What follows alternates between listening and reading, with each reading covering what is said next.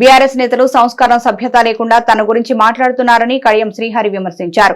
పల్లా రాజేశ్వరరెడ్డి వంటి నేతలు బీఆర్ఎస్ ను భ్రష్టు పట్టించారని దుయ్యబట్టారు. తనపై చేసిన ఆరోపణలు నిరూపించకపోతే బట్టలూడదీసి నిలబెడతానని హెచ్చరించారు. మనవరాలి వయసున్న మహిళ చేతిలో చావు దెబ్బతిన్నందుకు సిగ్గులేదా అని ఎర్రబెల్లిని ప్రశ్నించారు. బీఆర్ఎస్ ను వీడడం బాధగా ఉందని, కేసీఆర్ పట్ల గౌరవం ఉందని చెప్పారు. భారత రాష్ట్ర సమితిని వదలడం కొంత బాధగానే ఉంది.